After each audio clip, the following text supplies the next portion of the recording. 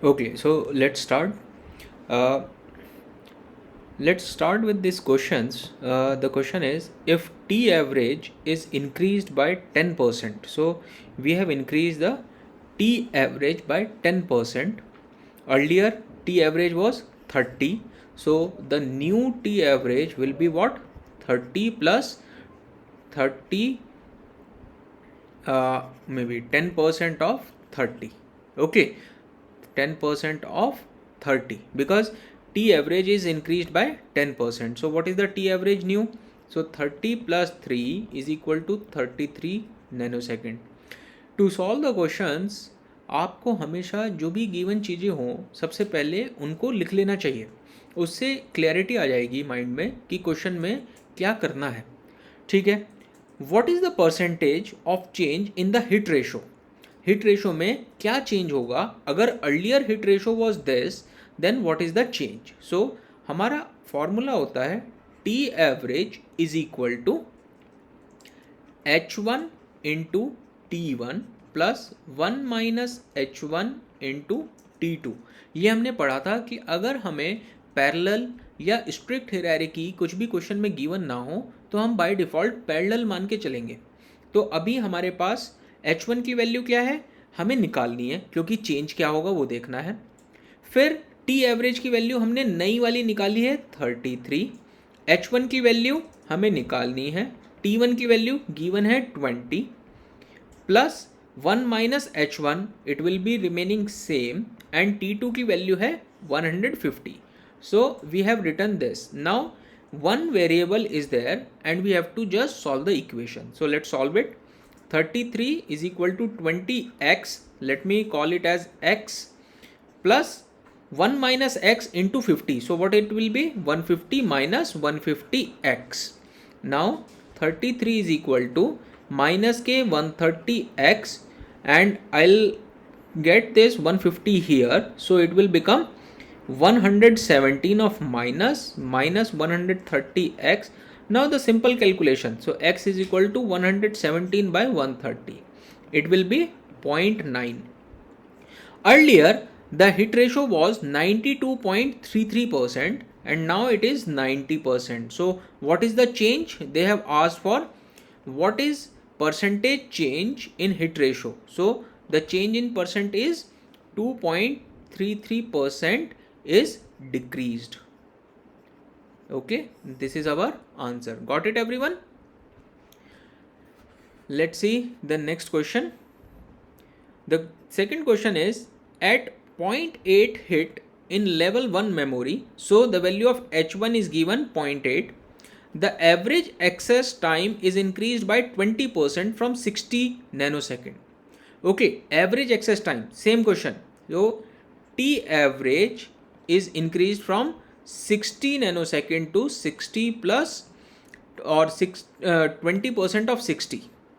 Okay, so 20% of 60, that is 60 plus, that is 12, is equal to 72 nanosecond. Okay, read it again if you don't understand. The average access time is increased by 20% from 60 nanosecond. पहले 60 nanosecond था, वहाँ से 20 nanosecond 20% increase हो गया. So the new T average will be 72 nanosecond. The L1 memory is 5 times faster than L2. So what it means is, if T1 is equal to x, then T2 is equal to 5 times of x, because T2 is slower. Okay. What is the percentage change in the hit ratio? Same question. Now we have the equation of T average. What is the equation? T average is equal to H1 into T1 plus 1 minus H1 into T2. This is the equation where T average is given as 72, which we have calculated just now. H1 is 0.8, which is given in the question. 0.8 into T1. T1 is what? X, because we have written it as x, plus 1 minus H1, that is 0.2 into 5x, because T2 is 5x.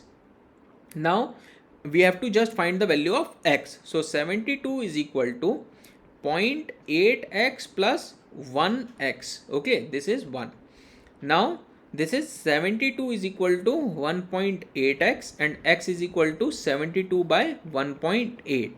Okay, this will come around 70%. Okay, 70%.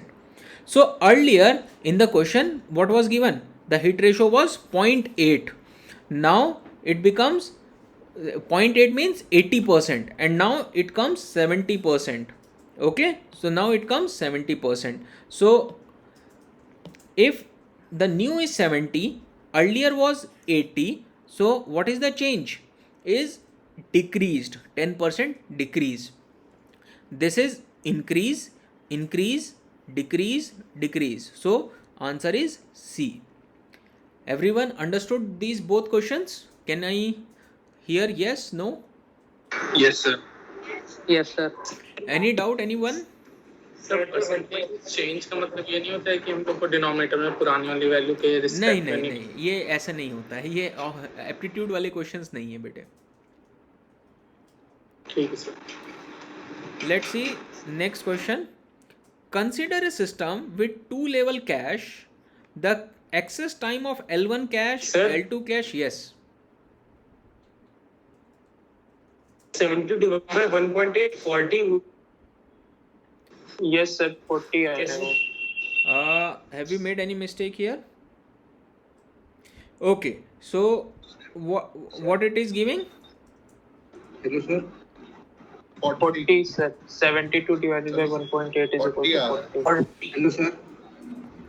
I think we have some mistake here. Hello, sir. Yes. Sir उसमें वो लिखा है कि L1 is 5 times more than L2. तो More L1 faster. 5x नहीं होगा sir. No. See, for that purpose, 5 times faster than L2. So which one is faster? T1 is faster. Yes, sir. So the time if time is 1 here, then it is 5. That's why this is faster and this is slower.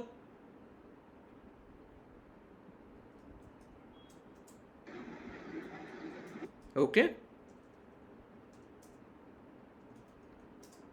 Okay, sir. Okay. I think we have made mistake here. See, what they are saying is, I got the mistake here. 0.8 hit rate in L1 cache, the average access time is increased by this. So 0.8 hit ratio was earlier when the when the access time was 60 nanosecond. Okay, but when this was increased, then what is the change in hit ratio they are asking? So what we have done wrong here is we have taken this 72 as wrong. We must have to take it as 60, because the earlier was 60 and hit ratio at the time of 60 was 0.8. Okay, so that time what we got is, see here, so we got 60 by 0.8 as 33.33 nanosecond. This is what we got. Okay, so from here we got T1 as 33.33 nanosecond. Okay, let me do this question again for you. Just a minute.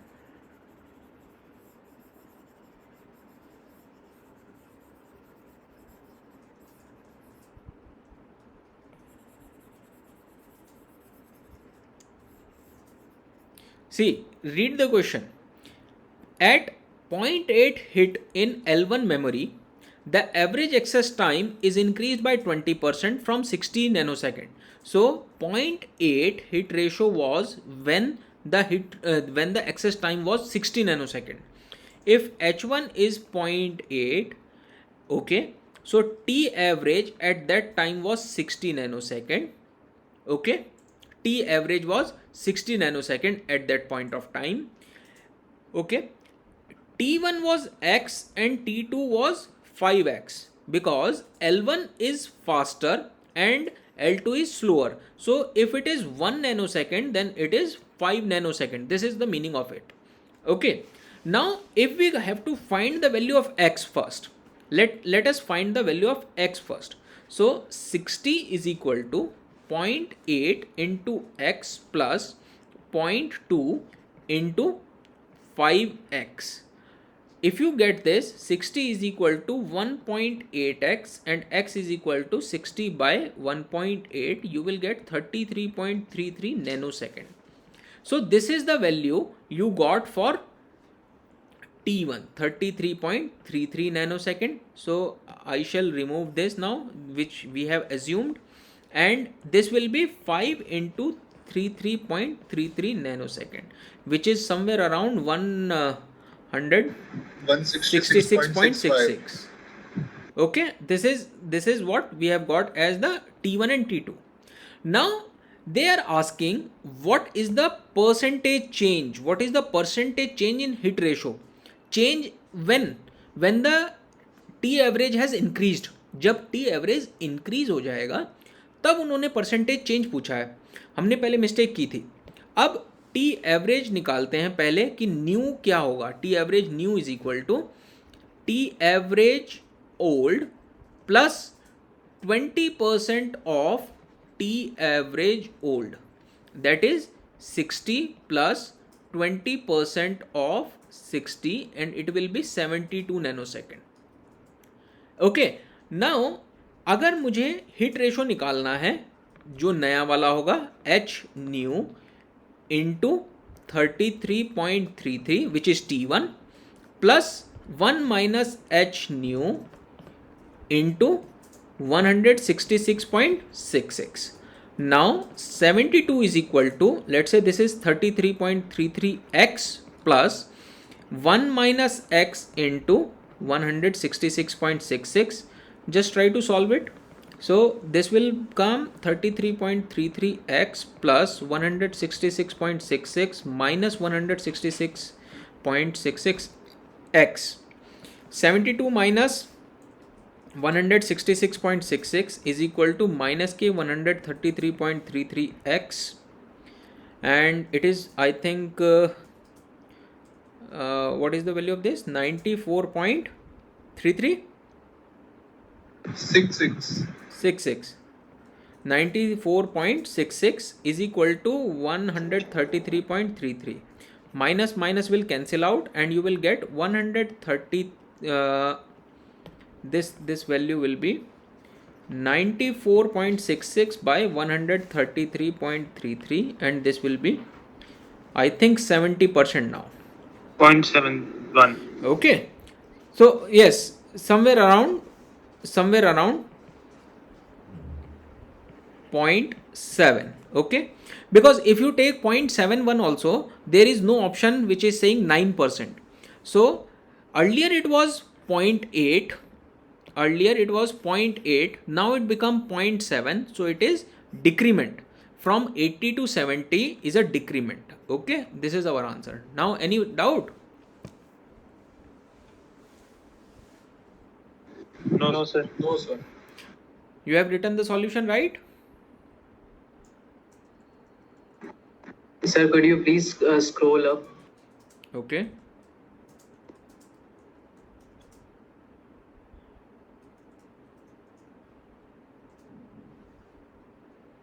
I will share the screenshot, don't worry. So, जैसे हमारी जो नई hit ratio है वो 0.7 आई है जी, और जो original थी 0.8 है, तो सर हाँ। डिक्रीमेंट पहले से 10% 10% डिक्रीमेंट हो गया. सॉरी, वो मिसरीड कर दिया sir, sorry. Okay. Shall we move to next question now? Yes sir. See this. This question is saying, consider a system with two level cache. The access time of L1, L2 and memory are this. So what is given to us? I'll write it. So T1 is 1 nanosecond, T2 is 10 nanosecond, and Tm, I am writing M as the memory. Okay, so 500 nanosecond is given to us. The hit rate of L1 and L2 cache are 0.8 and 0.9. So H1 is equal to 0.8 and H2 is equal to 0.9. What is the T average? Ignoring the search time within the cache. Now, why I have chosen this question is to inform that they are saying ignoring search time within the cache. So this implies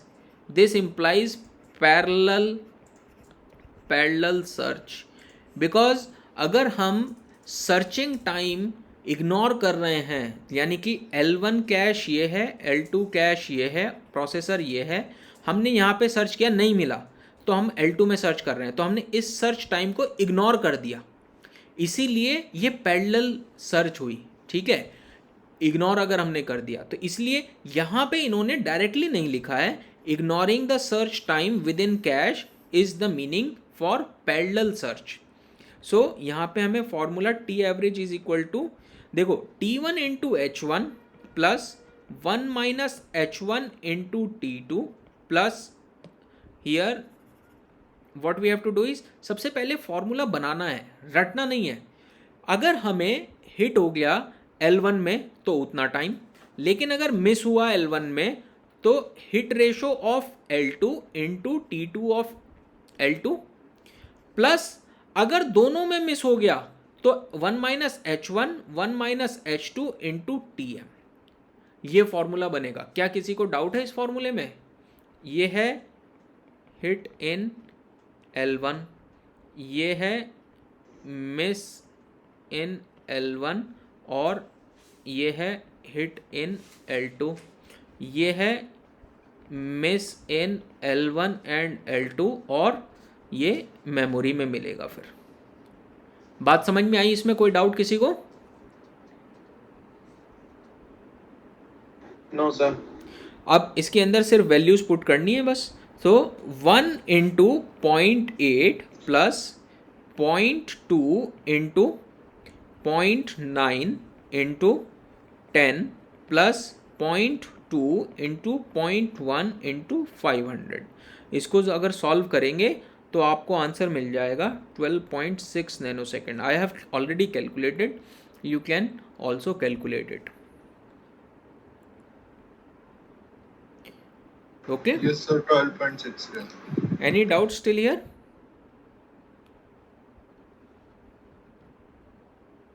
No sir. Shall I move to next question now?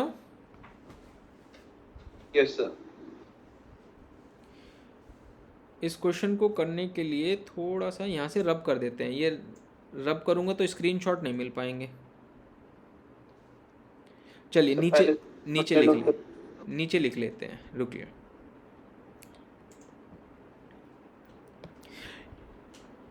A system is employing with 3 levels.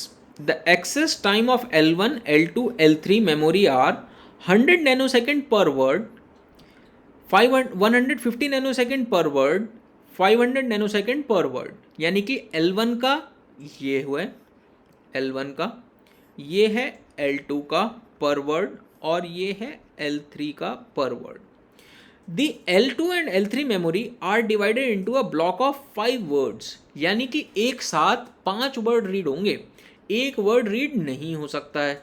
तो अब हमें पहले effective time निकालना पड़ेगा। देखो T1, क्योंकि उन्होंने L1 और L2 और L3 के बारे में बोला है, यानी कि L1 के अंदर एक वर्ड रीड हो सकता है एक बारी में, तो T1 का टाइम तो हो गया 100 नैनोसेकेंड, T2 का टाइम क्या हुआ 150 नैनोसेकेंड, तो एक वर्ड का है, लेकिन हमें एक साथ 5 वर्ड रीड करने हैं तो मल्टीप्लाई बाय 5 हो जाएगा, क्योंकि ये पर वर्ड का टाइम गिवन है। ऐसे ही T3 के अंदर 500 नैनोसेकेंड है, बट यहाँ पे भी L3 के लिए वो बोल रहा है कि 5 वर्ड एक साथ रीड कर सकते हैं, क्योंकि यहाँ पे लिखा हुआ है memory are divided into block of 5 words. L1 के लिए उसने कुछ नहीं बोला, तो L1 को हमने किसी चीज़ से मल्टीप्लाई नहीं किया है, तो इफेक्टिव टाइम यहाँ से ये कैलकुलेट हुआ।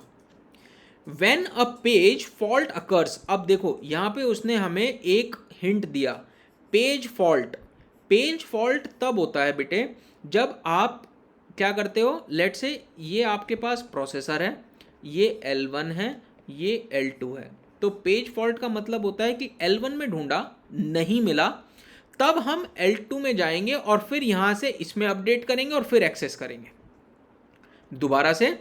पेज फॉल्ट के अंदर काम क्या होता है, जब हमने L1 में ढूंढा और मिस हो गया, नहीं मिला, तो हमें L2 में जाना है और फिर ढूंढना है, यानी कि ये पैरेलल नहीं है, ये सीरियल एक्सेस है, सीरियल एक्सेस और हियरार्किकल एक्सेस। अगर L2 में भी मिस हो गया तो हमें L3 में जाना है और फिर ढूंढना है। तो यानी कि एक तरह से ये पहले ऐसे चल रहा है। तो this is strict hierarchy. This is strict hierarchy because in page fault you cannot do parallel access.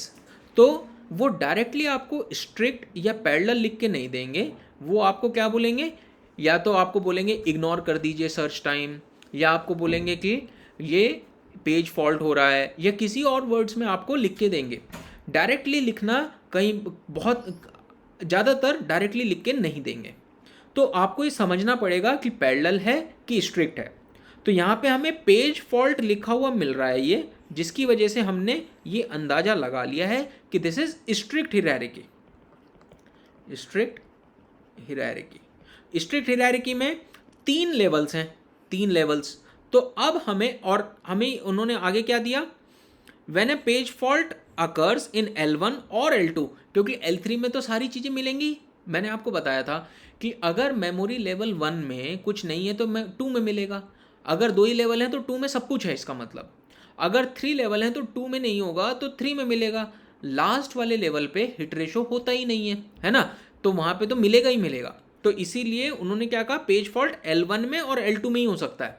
The processor must read from L3 only, लिख के भी दे दिया, अगर L1 और L2 में पेज फॉल्ट हुआ तो L3 से रीड करना पड़ेगा। The H1 and H2 are 80% and 90%, calculate the average time. तो अगर किसी ने ऑलरेडी कैलकुलेट कर लिया है तो आंसर बता सकता है, otherwise the formula is this. हमने पहले L1 में ढूंढा, नहीं मिला तो 1 minus H1 into H2 then into T2 plus T1। इस बार ये यहाँ पे दोनों प्लस हो जाएंगे बिकॉज स्ट्रिक्ट हिरारिकी है, plus 1 minus H1 1 minus H2, ये दोनों में ही नहीं मिला तो T1 plus T2 plus T3। पहले L1 में ढूंढा नहीं मिला, L2 में ढूंढा नहीं मिला, दोनों का सर्च टाइम ऐड होगा और उसके बाद लास्ट में T3 में मिलेगा। समझ में आया ये फॉर्मूला क्रिएट होना? यस। और H1 की वैल्यू हमें 0.8 गिवन है और H2 की 0.9, तो इसके अंदर वैल्यूज रखनी है बस। अब 0.8 into 100 plus 0.2 into 0.9 into 100 plus, देखो ये क्या है 750 और ये क्या है 2500, तो यहाँ पे 750 आएगा plus 0.2 into 0.1 into 100 plus 750 plus 2500। तो इसको सॉल्व करो और आंसर पाओ, that is 300 nanosecond. The calculation is your part, I am not doing the calculation here. Okay,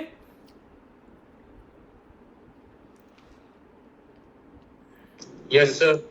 sir ये स्ट्रिक्ट हायरार्की वाला कैसे निकाले बता दीजिए एक बार। स्ट्रिक्ट हायरार्की में क्या हुआ, देखो हमने आपको बताया था कि एक प्रोसेसर है, एक L1 कैश है, एक L2 कैश है और कितने भी लेवल हो सकते हैं। अगर 2 ही लेवल हैं तो पहले L1 में ढूंढा, L1 में ढूंढने के लिए H1 इंटू T1, लेकिन अगर नहीं मिला इसमें तो ये टाइम हमारा काउंट ही नहीं होगा। फिर हमें क्या करना पड़ेगा, ये मिस हो गया तो मिस हो गया तो यानी कि 1 माइनस H1, एवरेज टाइम निकाल रहे हैं। एवरेज में मिलेगा तो भी ऐड हो रहा है और नहीं मिलेगा तो भी ऐड हो रहा है। तो नहीं सर ये समझ में आ गया। मैं हाँ। पूछ रहा था कि जो पेज फॉल्ट हमने कैसे अज्यूम किया कि स्ट्रिक्ट हायरार्की है, क्योंकि पेज फॉल्ट, विवेक आपने ऑपरेटिंग सिस्टम नहीं पढ़ा है अभी हमसे। नहीं सर पढ़ा है। ऑपरेटिंग सिस्टम के अंदर मैंने पढ़ाया हुआ है, थोड़ा सा लंबा टॉपिक है, मैं आपको यहाँ पे शॉर्ट में बता रहा हूँ। होता यह है जब CPU आपका कुछ पेज मांगता है रैम के अंदर, लेट्स से रैम की जगह आप यहाँ पे अब कैश मान लो, अगर कैश के अंदर वो पेज नहीं मिला तो ये क्या करेगा, ऑपरेटिंग सिस्टम के ऊपर एक इंटरप्ट जनरेट करेगा और ऑपरेटिंग सिस्टम दूसरे लेवल पे जाके उसको ढूंढेगा, that can be L2 level. Operating system में हम कैश की जगह यहाँ पे रखते हैं रैम और L2 में रखते हैं यहाँ पे हार्ड डिस्क, और फिर हार्ड डिस्क से उठा के इसको रैम में अपडेट करेगा और तब दोबारा एक्सेस होगा। तो उसके अंदर क्या हुआ, हमने सबसे पहले रैम में चेक किया, नहीं मिला, उसके बाद हमने क्या कहा, ऑपरेटिंग सिस्टम से हेल्प लेके हार्ड डिस्क से उठा के लाए और रैम में अपडेट किया और फिर दोबारा एक्सेस किया, तो यानी कि इसका टाइम भी लगा और इसका एक्सेस टाइम भी लगा। इसीलिए यहाँ पे ये दोनों ऐड हो रहे हैं, इसलिए स्ट्रिक्ट हायरार्की समझ में आ रहा है इससे। अगर आपने हमारा ऐप एक्सेस लिया हुआ है तो उसमें ऑपरेटिंग सिस्टम की फोल्डर में जाना और एक बार पेज फॉल्ट वाला एक वीडियो है वो जरूर देखना, उससे आपको और अच्छे से समझ में आ जाएगा। ओके,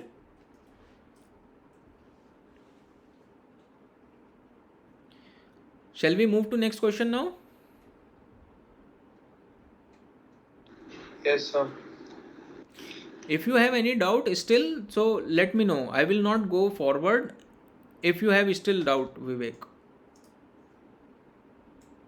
नहीं सर, समझ में आ गया। Consider a cache with 256 blocks of 16 words each. हमारे पास 256 ब्लॉक्स हैं और हर ब्लॉक के अंदर 16 वर्ड्स हैं, ठीक है। The memory is addressed with 16 bits, यानी कि फिजिकल एड्रेस का जो साइज होगा वो कितना है, 16 बिट्स। ये 16 बिट्स का है क्योंकि मेमोरी एड्रेस विद 16 बिट्स लिखा हुआ है उन्होंने। How the address is divided और what is the tag size in case of direct memory. तो डायरेक्ट मेमोरी के अंदर देखते हैं 3 पार्ट्स होते हैं डायरेक्ट मेमोरी में। ये है वर्ड और ब्लॉक और ऑफसेट। ये पूरा पार्ट होता है ब्लॉक नंबर, या इसको बोलते हैं लाइन नंबर और इसको बोलते हैं टैग। ये हमारे पास डायरेक्ट मैपिंग में होता है ना।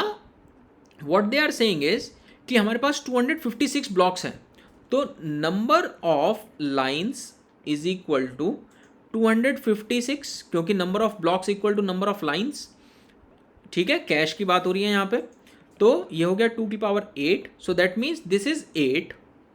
और वर्ड का साइज, एक ब्लॉक का साइज क्या है, 16 वर्ड्स ईच, तो यानी कि block size is equal to 16, that is 2 to the power 4, that means ये हो गया हमारा 4।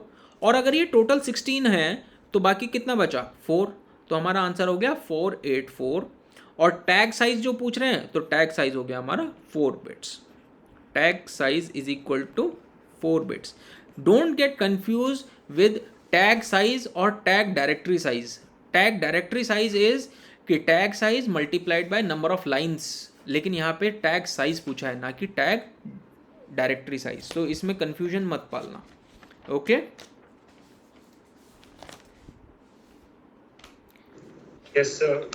clear this? Yes sir.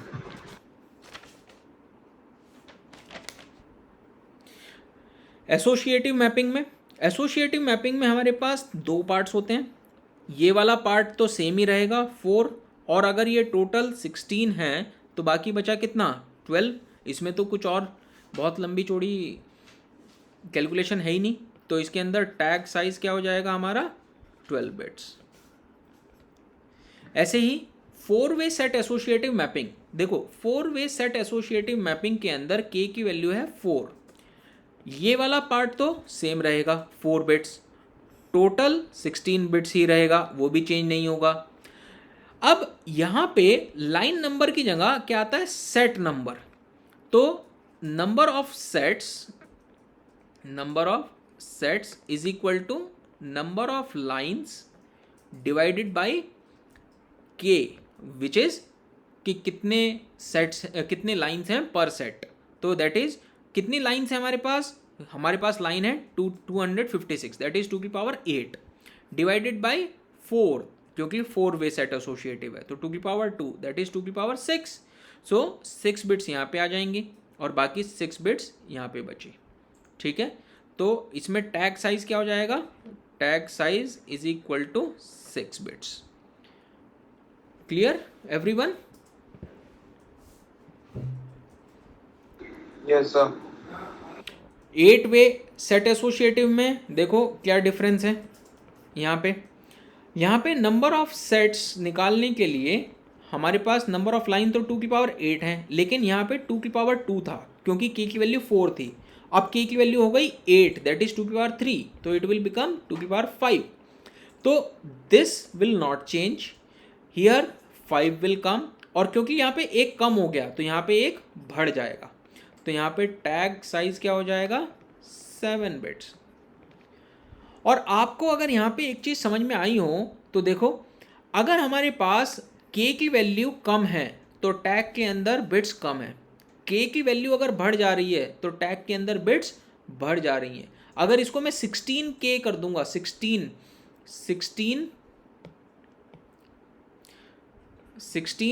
Way set associative बना दूंगा, सेट एसोसिएटिव मेमोरी, तो क्या होगा, ये 2 की power 8 number of lines same है डिवाइडेड बाय 2 की पावर 4, दैट इज 2 की power 4.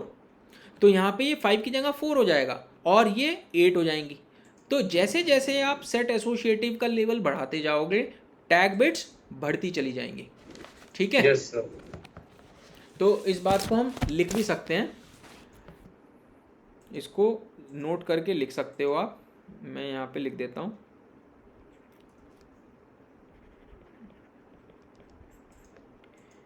The increase of set size, that is k, increases tag size. Okay, tag size increase कर देगा वो विद रिस्पेक्ट टू कॉम्प्लेक्सिटी. अगर कॉम्प्लेक्सिटी आपको कम रखनी है तो k मस्ट बी स्मॉल. अगर कॉम्प्लेक्सिटी क्यों कम होगी अगर k स्मॉल होगा, क्योंकि आपको हर एक टैग, आपको हर एक सेट के अंदर नंबर ऑफ लाइंस कम मिलेंगी. ठीक है, तो मैनेज कम करना पड़ेगा. लेकिन अगर आपको परफॉर्मेंस अच्छी चाहिए तो with respect to performance, performance means hit ratio, hit ratio अगर आपको बढ़ाना है तो आपको क्या करना चाहिए, k must be large, because number of lines increase हो जाएंगी पर सेट, तो वहाँ पे आपके पास में ज़्यादा स्पेस होगा, ज़्यादा ब्लॉक्स आप रख सकते हो एक ही सेट में, और फिर रिप्लेसमेंट कम होंगी. Okay, I hope you understand this 2 points. Sir I think अगर हम सेट का साइज बढ़ा देंगे तो सिर्फ सर ऐसा होगा कि ऑड वाले एक तरफ सिर्फ 2 हो गया, सेट का साइज सिर्फ 2 ही सेट है हमारे. हमारा कितना बड़ा होगा कि सेट 2 ही है. बिल्कुल, तो सर यही होगा कि एक ऑड वाले एक तरफ, इवन वाले एक तरफ. करेक्ट. तो सर इससे हमारा सर्चिंग टाइम थोड़ा सा बढ़ नहीं जाएगा? बढ़ जाएगा, लेकिन हिट रेशो की बात कर रहे हैं हम यहाँ पे. हिट रेशो इसलिए बढ़ जाएगा क्योंकि वहाँ पे क्या होगा, आपके पास अगर 2 ही सेट हैं तो ये देखो ऐसे 0 1 2 3, लेट से आप ऐसे कर रहे हो, नॉट 1 2 3, लेट से आपने 0 2 4 6 और 1 3 5 7 आपने ये रखे, और अगर आपने इसको 4 सेट में डिवाइड कर दिया तो क्या होगा, 4 सेट में डिवाइड करके यहाँ पे 0 और फिर 2, ठीक है ना, मे बी नॉट 2, 0 4 0 4, यहाँ पे 1 5, यहाँ पे 2 6 और 3 7, ये रह सकता है. अब देखो, अगर मुझे लेट से क्या यूज़ करना है, लेट से 3 और 7 यूज़ करने हैं, और 3 और 7 के साथ साथ मुझे चाहिए लेट से 3 और 7 के साथ साथ मुझे चाहिए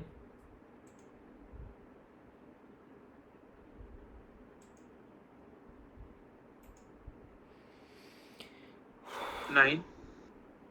हाँ बिल्कुल, अगर मुझे चाहिए 9 नहीं, लेट से मुझे चाहिए 15, तो मैं यहाँ पे 15 को एक्सचेंज नहीं कर पाऊँगा. मुझे क्या करना पड़ेगा, इसको रिप्लेस करना पड़ेगा, एक को रिप्लेस करूँगा तभी यहाँ पे 15 आएगा. बट यहाँ पे मैं क्या कर सकता हूँ, मैं 3 भी रख सकता हूँ, 7 भी रख सकता हूँ, और इस 1 की जगह 15 भी रख सकता हूँ. तो तीनों के पास में क्या होगा, हिट होगा, यहाँ पे मिस हो जाएगा, तो यहाँ पे हिट रेशो बढ़ गया क्योंकि स्पेस ज़्यादा है ना यहाँ पे वैल्यूज़ रखने का. Yes sir. समझ में आ गया सबको ये? Yes sir. Yes sir. Let's take another question. Sir एक बार वो सेकंड वाला पॉइंट बता दीजिए. विद रिस्पेक्ट टू कॉम्प्लेक्सिटी के मस्ट बी स्मॉल, क्योंकि यहाँ पे हर एक लाइन के अंदर नंबर ऑफ लाइंस कितनी है, हर एक सेट के अंदर नंबर ऑफ लाइंस कम है. अगर नंबर ऑफ लाइंस कम होंगी तो हमें कंपैरेटर कितने कम चाहिए होंगे ना. देखो ये क्या है, 2 वे Yes, sir. Set associative memory, ये क्या है 4 वे सेट एसोसिएटिव मेमोरी. यहाँ पे कंपैरेटर 4 चाहिए, यहाँ पे कंपैरेटर 2 चाहिए, तो ये क्या हो गया, लेस कॉम्प्लेक्स. ठीक है. Yes, sir. Let's take another question. This question. The question says that consider 8 million word memory, यानी कि memory size is equal to 8 million, that is 8 into 10 to the power 6 words. इसको मैं क्या लिख सकता हूँ, 2 to the power 3, और मैंने आपको बताया हुआ है कि 10 की power 3 can be written as 2 की पावर 10, 10 की power 6 can be written as 2 की पावर 20, 10 की power 9 can be written as 2 की power 30. So I can write this as 2 to the power 20. So that is 2 to the power 23 words. So what I get is physical address is equal to 23 bits. मुझे यहाँ से ये पता चल गया कि 23 bits का होगा physical address. Okay. Now both partition into 64 words blocks, 64 word blocks, यानी कि ब्लॉक साइज क्या है, block size is equal to 64 words. That means 2 to the power 6 और 6 bits are required for offset. Okay. How the address is divided. अब मुझे address divided बताना है कि कैसे होगा. देखो जरा, मैं यहाँ पे आपको सारे करके दिखाऊंगा. यहाँ पे क्वेश्चन उन्होंने पूछा है डायरेक्ट मेमोरी के लिए भी, डायरेक्ट मेमोरी के लिए, एसोसिएटिव के लिए, 4 वे सेट एसोसिएटिव और 8 वे सेट एसोसिएटिव. मैं आपको सारे करके दिखा रहा हूँ. देखिए सबसे पहले डायरेक्ट मैपिंग के लिए देखते हैं. डायरेक्ट मैपिंग, तो डायरेक्ट मैपिंग में फर्स्ट वाला पार्ट, फर्स्ट वाले पार्ट में ये 6 बिट्स हो जाएगा. ये तो आपको पता ही है, ब्लॉक साइज से हमें बिट्स यहाँ पे मिल जाएंगे. नंबर ऑफ लाइंस निकालनी है. 256 ब्लॉक्स हैं हमारे पास कैश के अंदर, तो 8 बिट्स हो जाएंगे हमारे पास नंबर ऑफ लाइंस में. ये हो गई हमारी, बिकॉज 2 की पावर 8 लाइंस है हमारे पास. और ये टोटल हमने अभी अभी निकाला है कि 23 बिट्स का होगा. तो 6 plus 8 is equal to 14 minus 23 is 9. तो ये हमारा हो गया address format. Second is what is the tag size और टैग कंपैरेटर साइज. देखो tag size is equal to 9 bits. और देखो अगर वो पूछते कि नंबर ऑफ कंपैरेटर रिक्वायर्ड, तो डायरेक्ट मैपिंग में हमेशा 1 कंपैरेटर चाहिए होता है. मैंने आपको कई बार बता रखा है.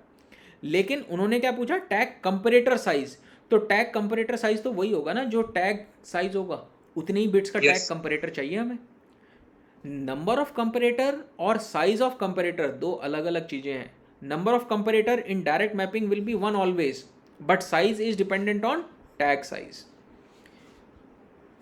Third one, maximum number of tag comparison. How many tag comparison is required? 1. Why? Because parallel comparison होता है इसके अंदर, तो एक ही comparison में काम हो जाएगा. Fourth, additional memory for tags.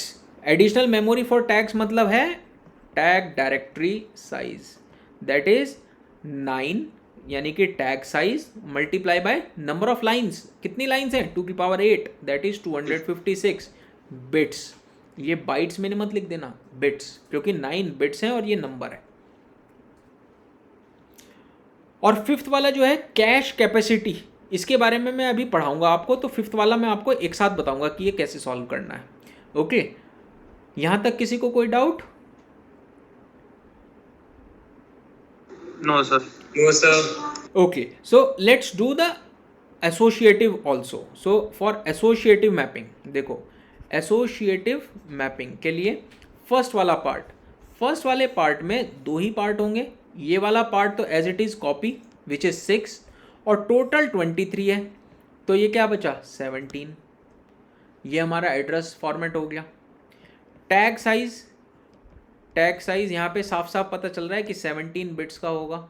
और नंबर ऑफ कंपैरिजन रिक्वायर्ड, देखो नंबर ऑफ कंपैरिजन कितने होते हैं एसोसिएटिव मेमोरी में, जितनी नंबर ऑफ लाइंस, और नंबर ऑफ लाइंस कितनी है 256।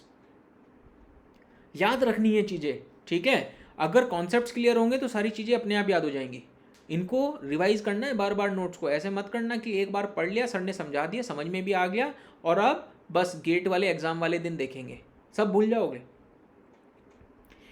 फोर्थ वाला पार्ट टैग डायरेक्टरी साइज, तो tag directory size is 17 into 256 bits, क्योंकि ये नंबर ऑफ लाइंस यहाँ पे जितनी है उतनी यहाँ पे रहेंगी, लेकिन ये टैग साइज यहाँ पे चेंज हो गया।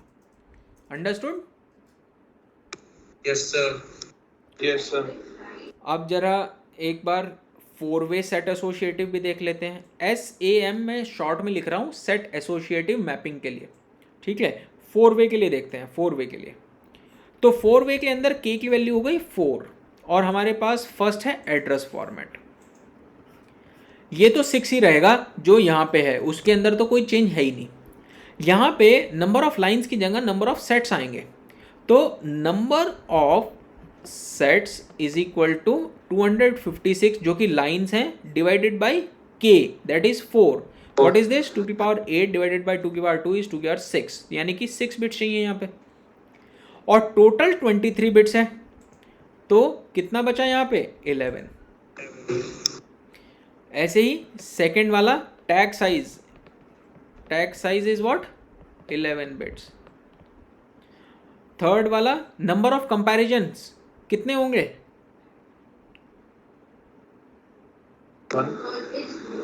सेट एसोसिएटिव मेमोरी में जितनी वैल्यू k की होती है उतने होते हैं 4। और फोर्थ वाला tag directory size is what 11 into 256 bits. Got it? Yes sir. जरा मुझे 8-वे सेट एसोसिएटिव के लिए सारी चीज़ें निकाल के दिखाओ। 1 2 3 4, जल्दी से निकालो, 1 मिनट है आपके पास।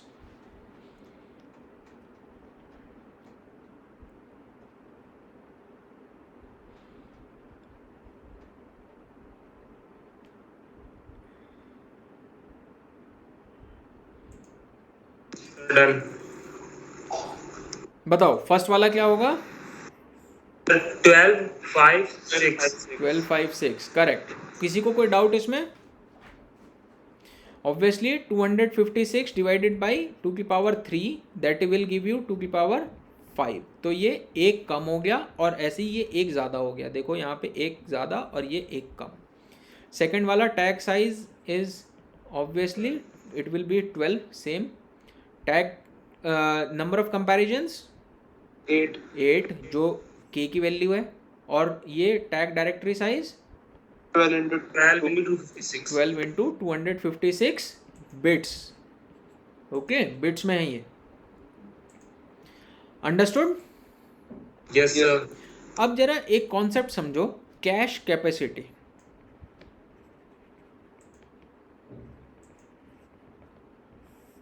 देखो कैश कैपेसिटी क्या होती है। लेट्स से ये मेरे पास कैश है, इसके अंदर मेरे पास कुछ लाइंस हैं। आपको पता है कि हर लाइन में हमारे पास में टैग होता है, यहाँ पे हमारे पास टैग होता है, और इस टैग यही तो होते हैं हमारे पास जिसको हम टैग डायरेक्टरी साइज बोलते हैं कि ये 11 बिट्स का एक टैग है। This is 11 bits, this is 11 bits, this is 11 bits, ठीक है। और ऐसे ऐसे कितने हैं ये? ऐसे ऐसे टोटल नंबर ऑफ लाइंस जितने हैं, इसीलिए हम इसको क्या लिखते हैं? Tag directory size is tag size into number of lines. तो टैग कैश कैपेसिटी के अंदर हमारे पास क्या ऐड होगा? देखो cache capacity is equal to tag directory size plus cache size. ये जो कैश का साइज है कि ये 4 बाइट्स है, ये 4 बाइट्स है, ये 4 बाइट्स है, कितना भी हो सकता है, ब्लॉक साइज जो भी होगा वही होगा उसका साइज, तो कैश साइज होगा। प्लस यहाँ पे हमारे पास एक और बिट होती है, ये एक बिट होती है 1 बिट, ये होती है 1 बिट, और इसको हम बोलते हैं, जिन्होंने ऑपरेटिंग सिस्टम पढ़ा है हमसे उनको पता है, इसको बोलते हैं डर्टी बिट। डर्टी बिट मतलब वैलिड और इनवैलिड बिट, इसका दूसरा नाम है वैलिड और इनवैलिड बिट, यानी कि ये अभी रेफरेंस्ड है या नहीं रेफरेंस्ड है। तो 1 बिट हर एक लाइन के लिए वो भी है, तो इसको हम बोलते हैं डर्टी बिट साइज। तो कैश कैपेसिटी निकालने के लिए हमें ये सारी चीज़ें ऐड करनी पड़ती हैं, और डर्टी बिट हम तभी ऐड करेंगे जब हमें बोला गया है कि we are using dirty bit. If we have not been said that we have to use dirty bit, then we will not. उस केस में हम सिर्फ ये टैग डायरेक्टरी साइज और कैश साइज को ऐड करेंगे, इसको इग्नोर कर देंगे। ओके, सो अब अगर इसको हम कैलकुलेट करें तो फर्स्ट वाले पार्ट में देखो, डायरेक्ट मैपिंग में हमारे पास में 5th वाला आंसर क्या आएगा, cache capacity is equal to cache size कितना है, देखो कैश साइज गिवन है हमें 256 ब्लॉक्स हैं, 256 ब्लॉक्स, और हर एक ब्लॉक का साइज 64 वर्ड्स है, 64 वर्ड्स, बाइट में नहीं दे रखा है। तो हमें यहाँ पे कैश कैपेसिटी लिखनी है 256 इंटू, इसको यहाँ पे लिख देते हैं, नीचे लिख देते हैं, डायरेक्ट मैपिंग के अंदर cache capacity is equal to 256 blocks into 64 words per block, 64 is right, yes 64 blocks per word per block. तो ये हो गया हमारा कैश साइज, ये तो नंबर ऑफ ब्लॉक्स हैं और ये 1 ब्लॉक का साइज है, प्लस टैग डायरेक्टरी साइज। तो टैग डायरेक्टरी साइज तो हमें यहाँ से बस कॉपी पेस्ट करना है, 9 इंटू 256, 9 इंटू 256। अब प्रॉब्लम है यहाँ पे, प्रॉब्लम आप बच्चों जो नहीं देखते हो और जो गड़बड़ कर देते हो वो सुनो। यहाँ पे उन्होंने बोला है ये वर्ड्स और ये क्या है बिट्स, तो 2 डिफरेंट यूनिट्स हैं जिनको हम ऐड करने की कोशिश कर रहे हैं। देखो 1 kg plus 200 gram is not equal to 120 kg और 120 ग्राम, ओके, तो ये ऐड नहीं हो सकती हैं, इसीलिए हम यहाँ पे एज्यूम कर रहे हैं, let's say assume 1 word is equal to 1 byte, if not given then we can assume it as 1 word is equal to 1 byte। तो उस केस में ये क्या हो जाएगा, 256 into 64 into 1 plus 9 into 256 by 8, क्योंकि बिट्स को बाइट में कन्वर्ट करना है। तो ये हमारे पास कुछ आंसर आ जाएगा, आप कैलकुलेट कर लेना इसको, ठीक है। यस सर, समझ में आया ना सबको? Yes sir. किसी को भी कोई डाउट? अभी तक जो हम लोग कैश साइज पढ़ के आते तो उसमें ये सब चीजें इंक्लूडिंग नहीं होती थी, कैश कैपेसिटी सब बड़ी होती है। कैश साइज सिर्फ ये वाला पार्ट है, ये वाला पार्ट, और कैश कैपेसिटी में ये वाला पार्ट और ये वाला पार्ट भी इंक्लूड कर दिया। Yes sir.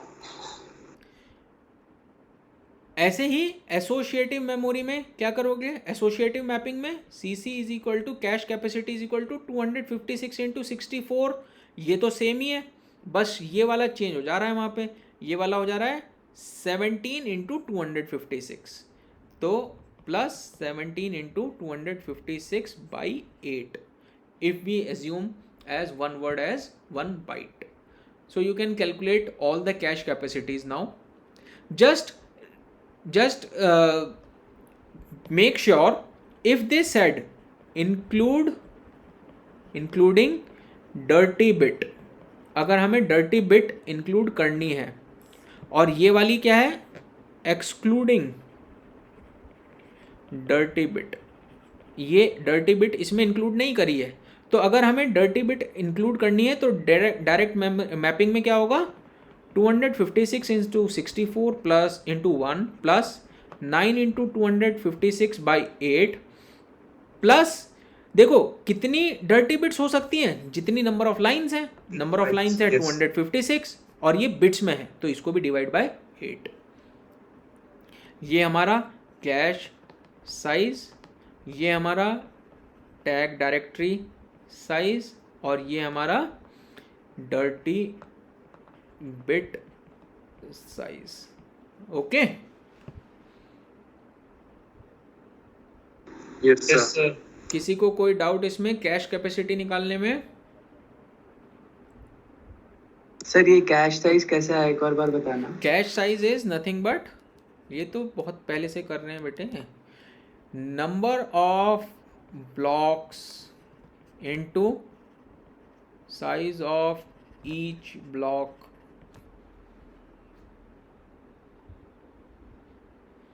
ओके अरे सर भूल गया था। ओके विवेक, समझ में आया? Yes sir. Yash,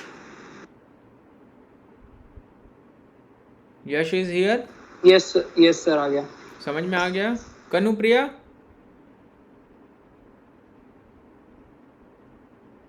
Kanupriya is not in class.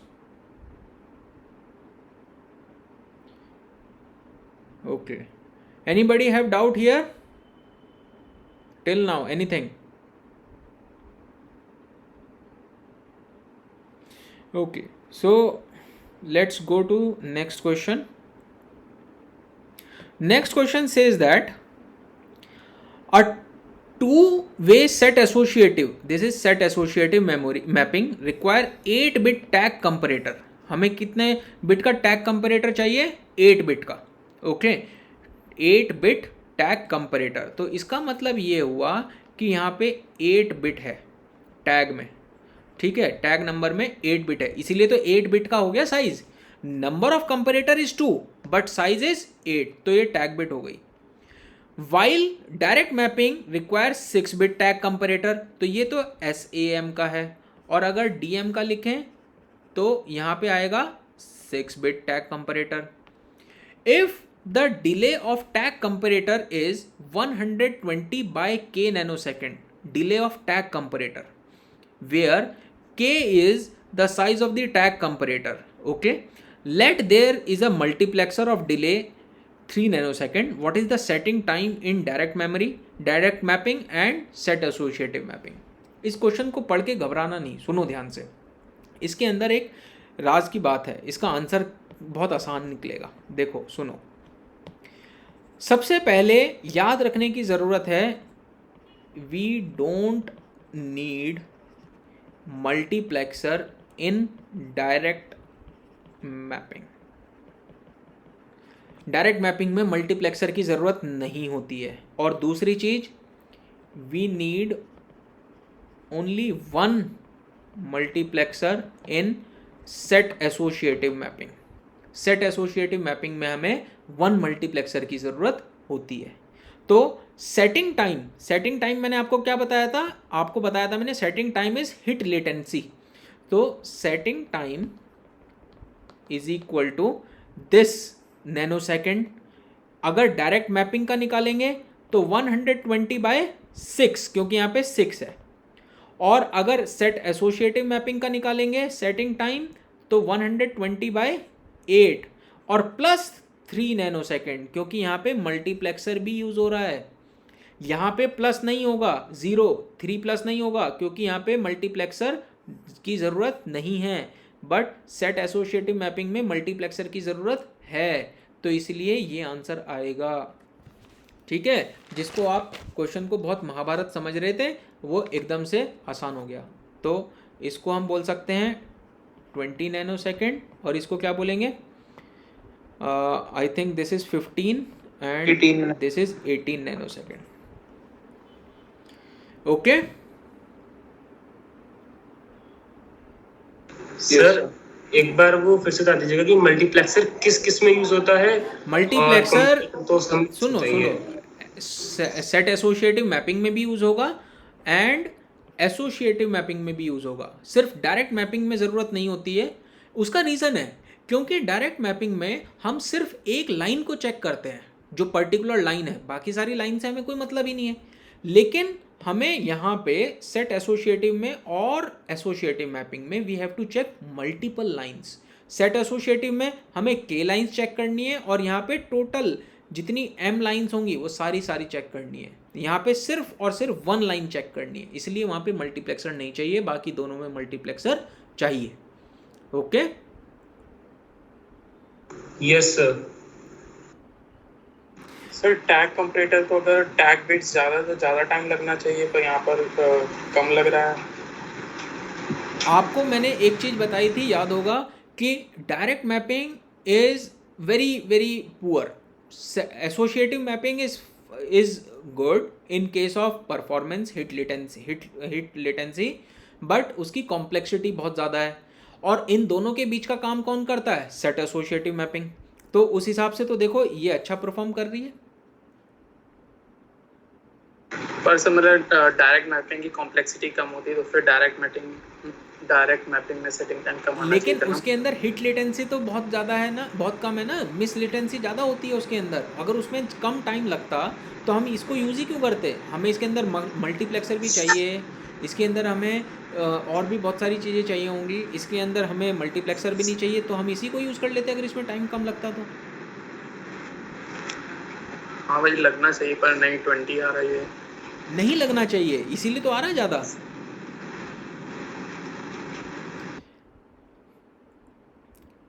नहीं सर मतलब कि हमारा सेट एसोसिएटिव मैपिंग में मल्टीप्लेक्सर भी लग रहा है, टैग बिट्स भी ज़्यादा है। बेटे टैग बिट्स कि हमारा मतलब कि टाइम मतलब हिट रेशियो हमारा सेट एसोसिएटिव उसकी बात नहीं हो रही है। क्योंकि के की वैल्यू देखो, यहाँ पे के की वैल्यू डिनोमिनेटर में है। अगर के की वैल्यू डिनोमिनेटर में है तो डिनोमिनेटर में अगर ज़्यादा वैल्यू होगी तो क्या आएगा? टोटल वैल्यू कम होगी कि ज़्यादा होगी? देखो ना, setting time is inversely proportional to 1/k।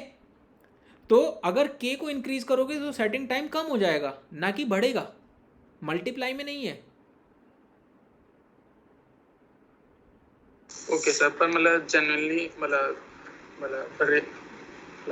वैसे रियल लाइफ सिनेरियो में तो वैसे बढ़ना चाहिए ना। ऐसा नहीं होता है।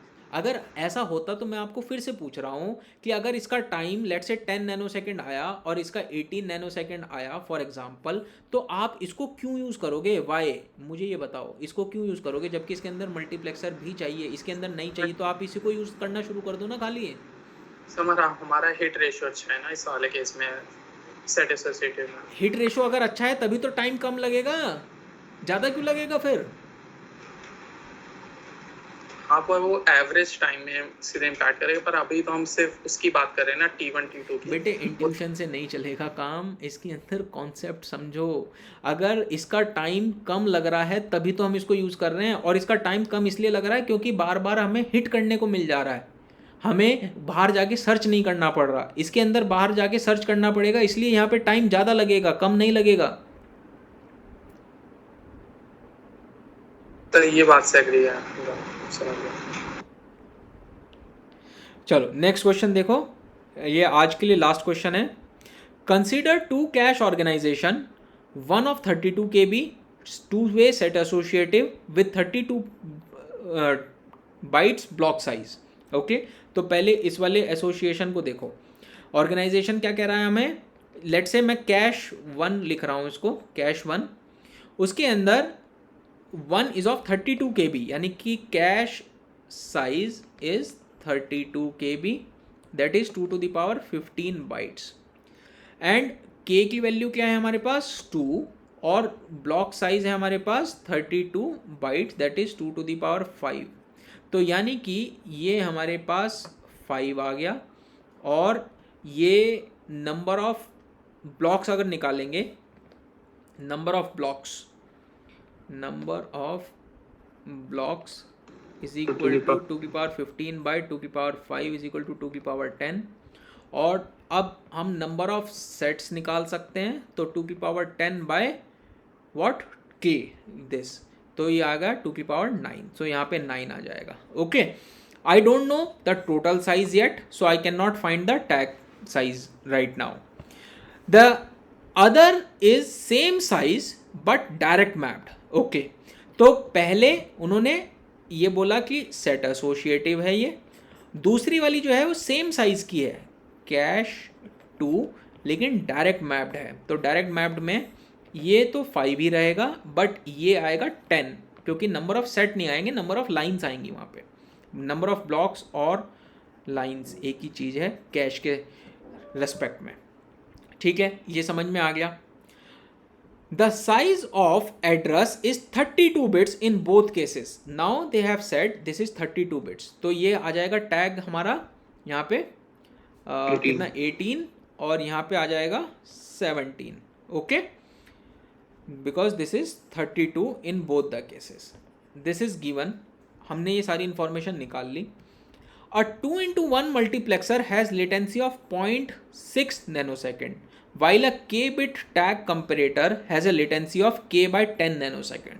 Okay, देखो tag comparator, देखो पुराने जैसा ही क्वेश्चन है. tag comparator latency is equal to k by 10 nanosecond और mux latency is equal to 0.6 nanosecond. ये हमें गिवन है. The hit latency of direct mapped is H1 and two-way set associative is H2. तो H1 की value और H2 की value बतानी है. अब देखो जरा, हिट लेटेंसी हमें निकालनी है. हिट लेटेंसी या सेटिंग टाइम या सेटिंग लेटेंसी वो एक ही चीज़ है. हिट लेटेंसी नाम अलग अलग हैं बट काम मतलब एक ही है. हिट लेटेंसी और सेटिंग टाइम जो पहले निकाला था, दैट इज़ अगर डायरेक्ट मैप की बात हो रही है तो मक्स तो यूज़ होता ही नहीं है इसमें, अभी हमने आपको बताया. तो वहाँ पे k by 10 that is 17 by 10 that is 1.7 nanosecond answer. तो ये आ गया हमारा 1.7, यहाँ पे 1.7 नैनोसेकेंड. और H2 के अंदर क्या होगा, यानी कि सेट एसोसिएटिव में सेटिंग टाइम और hit latency is equal to this k by 10 plus 0.6 क्योंकि उसमें मल्टीप्लेक्सर यूज़ होगा जो कि 0.6 नैनोसेकेंड है. तो ये हो जाएगा 1.8 plus 0.6 is equal to 2.4 nanosecond. Okay, got it? Yes sir. अब अमन देखो यहाँ पे इसका टाइम कम आ गया और इसका टाइम ज़्यादा आ गया. हाँ सर. तो हमें इन कम ज़्यादा के चक्कर में नहीं पड़ना है. हमें इस बात से मतलब है कि हमारा आंसर आ गया. यस, मतलब हमें लगा था कि डायरेक्ट का हमेशा कमाएगा. ऐसा नहीं है. यहाँ पे देखो ना, k is not inversely proportional. यहाँ पे k इन्वर्सली प्रोपोर्शनल था, यहाँ पे k डायरेक्टली प्रोपोर्शनल है इस केस में. देखो, यस सर. ठीक है. तो आज यहीं तक रखते हैं. यहाँ पे हमारा ये मैपिंग के सारे क्वेश्चन ख़त्म हो गए हैं. नेक्स्ट क्लास में मैं आपको कैश रिप्लेसमेंट पॉलिसीज़ पढ़ाऊँगा. ओके, कोई डाउट्स हैं तो पूछ लीजिए. सर वो आखिरी का जैसा. Hello sir. जी सर वो मेरा जो क्लास प्लस वाला था सर उसमें वो आप बता देते इसकी वीडियोस